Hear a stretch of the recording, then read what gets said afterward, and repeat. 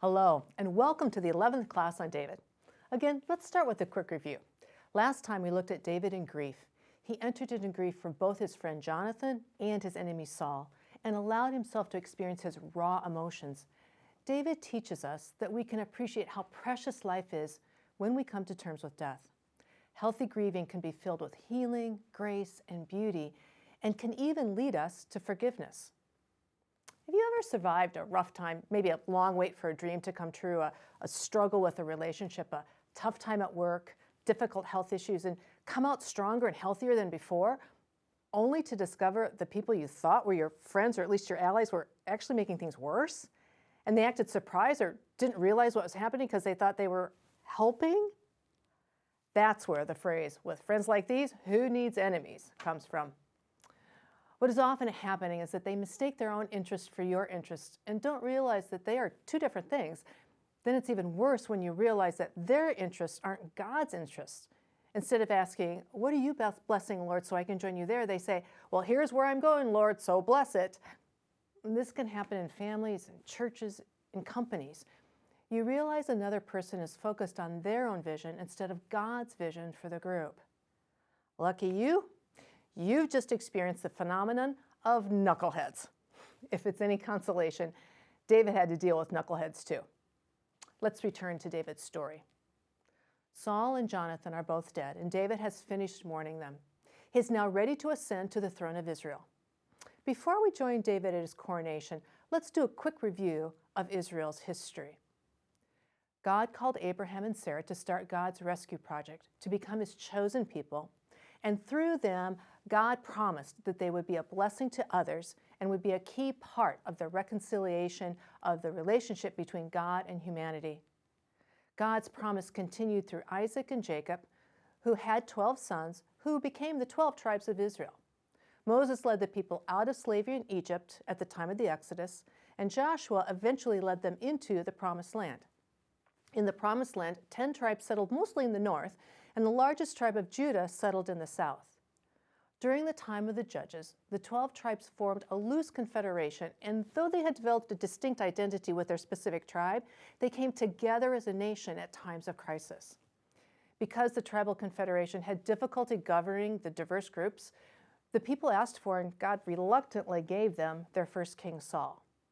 Now, let's join David's coronation in 2 Samuel chapter 2. Then the men of Judah came to Hebron, and there they anointed David king over the tribe of Judah. David is 30 years old, finally ascending to the throne, but only in the south where his tribe Judah is loyal to him. The northern tribes don't accept David, remaining loyal to Saul and Saul's surviving son Ishbosheth, who is placed on the throne in the north. Meanwhile, Abner, son of Ner, the commander of Saul's army, had taken Ishbosheth, son of Saul, and brought him over to Manahem. He made him king over all Israel. We meet Abner, who functioned as kingmaker, putting Ishbosheth on the throne. Ishbosheth makes Abner his commander-in-chief of the military. As the story unfolds, we realize that Ishbosheth is a weak ruler, really a puppet with Abner pulling the strings.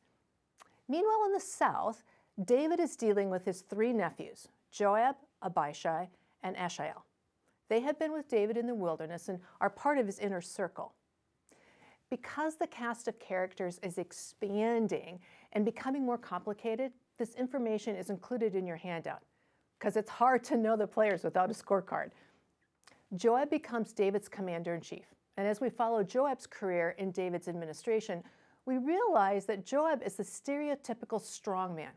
He kills first and thinks later. He is also exposed as an ideologue. He serves the idea. David is the king anointed by God, and his focus is on serving the idea of David as king, rather than serving God who anointed the king. Ideologues are dangerous because they believe if you oppose the idea they serve, they can justify getting rid of you by any means necessary. Joab exhibits the lethal combination of a quick temper, moral rigidity, and access to military might. Now, put Abner, the commander-in-chief of the north, and Joab, the commander-in-chief of the south, in the same space, and you have a volatile mix. Abner, together with the men of Ishbosheth, son of Saul, left Menahem and went to Gibeon. Joab and David's men went out and met them at the pool of Gibeon. One group sat down on one side of the pool and one group on the other side. Then Abner said to Joab, "Let's have some of the young men get up and fight hand to hand in front of us." "All right, let them do it," Joab said. So they stood up and were counted off, 12 men for Ishbosheth and 12 for David. Then each man grabbed his opponent by the head and thrust his dagger into his opponent's side, and they fell down together. There is a tension between the two armies. Likely Joab was making a show of force. And what was supposed to be a contest, a game, turned deadly, and 24 young men found themselves dead. This set off a battle, leaving 380 dead at the end of the day. Here are two men, obsessed with their own pride, power, position, prestige. Joab takes advantage of the fact that he's David's nephew, and Abner manipulates events to his own advantage. Their arrogance and conceit led to the death of hundreds of people. We read this and think, this is a really stupid way to settle differences, defaulting to senseless violence, especially in a situation where there's no moral cause to fight for, no spiritual truth to defend. Can you think of similar situations in modern life when a game turns violent and people get hurt? Think of the tensions at some college football games between rival teams. Here in Iowa, we've had things get out of hand after Iowa and Iowa State football games. Tensions and emotions run high, and the knuckleheads come pouring out of the stands. Why is this an important lesson for us today? Well, we know there are people who attempt to intrude, obstruct, or demolish. They don't care about truth or honor or God. They're bullies who want to get their way. Just after the battle at Gibeon, another of David's nephews, Asahel, was chasing Abner. Then Abner said to Asahel, "Turn aside to the right or to the left," but Asahel would not stop chasing him. Again, Abner warned Asahel, "Stop chasing me. Why should I strike you down? How could I look your brother Joab in the face?" But Asahel refused to give up the pursuit. So Abner thrust the butt of his spear into Asahel's stomach, and the spear came out through his back. He fell there and died on the spot. Abner tried to turn Asahel away to decrease the violence, but once violence is unleashed, it's hard to restrain. Asahel continued his pursuit, and Abner ran him through with the butt of his sword, killing Asahel. After the battle at Gibeon, Abner returns to the north, really realizing that power is shifting to David in the south, and begins plotting to find a place in David's administration. When Ishbosheth catches Abner overreaching his power, Abner bullies the king even more. Abner was very angry because of what Ishbosheth said. So he answered, "Am I a dog's head on Judah's side? This very day I am loyal to the house of your father Saul. I haven't handed you over to David, yet now you accuse me of an offense. May God deal with Abner if I do not do for David what the Lord promised him on oath, and transfer the kingdom from the house of Saul and establish David's throne over Israel and Judah." Ishbosheth did not dare to say another word to Abner because he was afraid of him. Abner's using religious language to intimidate Ishbosheth. Abner isn't really worried about what God has promised. Abner is revealed as a total opportunist, using God when it suits his purposes. Abner confirmed with the elders of Israel and said, "For some time you have wanted to make David your king. Now do it, for the Lord promised David, 'By my servant David I will rescue my people Israel from the hand of the Philistines and from the hand of all their enemies.'" Then he went to Hebron to tell David everything that Israel and the whole tribe of Benjamin wanted to do. Abner woos the leaders in the north, again using religious language, with the goal of betraying Ishbosheth to David. The memory of Abner killing their brother Asahel lingered in the minds of Joab and Abishai, his brothers. Together, they avenged Asahel's death by killing Abner. Now, when Abner returned to Hebron, Joab took him aside into an inner chamber, as if to speak with him privately. And there, to avenge the blood of his brother Asahel, Joab stabbed him in the stomach, and he died.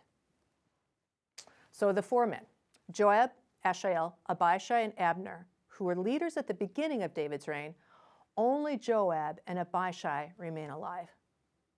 David's response to all the actions of what he supposed were his allies is heart-wrenching. And today, though I am the anointed king, I am weak, and these sons of Zeruiah are too strong for me. May the Lord repay the evildoer according to his evil deeds. Joab, Asahel, and Abishai, the son of David's sister Zeruiah, along with Abner, are accomplished fighters and loyal to their political interests. They don't have a heart for peace. Their goal is power and influence.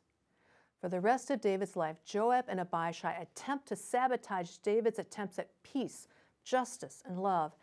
David has to live with knuckleheads. What makes all this so depressing is that we wouldn't normally define Joab and Abner as David's enemies. Not like the Philistines. We know they're enemies, and we know not to trust them. But if you ask Abner and Joab, they proudly say that they're on David's side. It's the Joabs and the Abners in our lives that surprise us. When someone says they're on our side, we want to believe them. Then we're shocked when they attempt to take advantage of their position to avenge private grudges or to enrich themselves. Once again, the means to the ends matters. We have to check our hearts.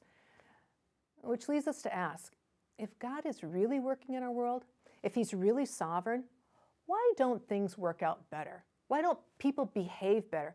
Why do Joab and Abner even exist? If God's in charge, why is the world so screwed up? Here's the reality. Joab and Abner are a part of the story, along with Jonathan, Abigail, and Saul. We have Mother Teresa and Martin Luther King Jr., as well as Osama bin Laden. We live in a world of unprincipled colleagues, questionable morality, and religious violence. But take heart. God works through even the knuckleheads in our lives. The exploitation of Abner or the violence of Joab will not stop God from accomplishing his work in the world. Some important takeaways for today. We live life with sinners and saints, friends, enemies, and with knuckleheads. Knuckleheads are focused on their agenda rather than God's. Violence and exploitation will not deter God from accomplishing his goals. I'd encourage you to check out the discussion guide, which also includes study suggestions and other activities. Thanks for joining us. Next time, we'll find out if David will grow into his new role as king over the whole nation. Till then, keep the faith.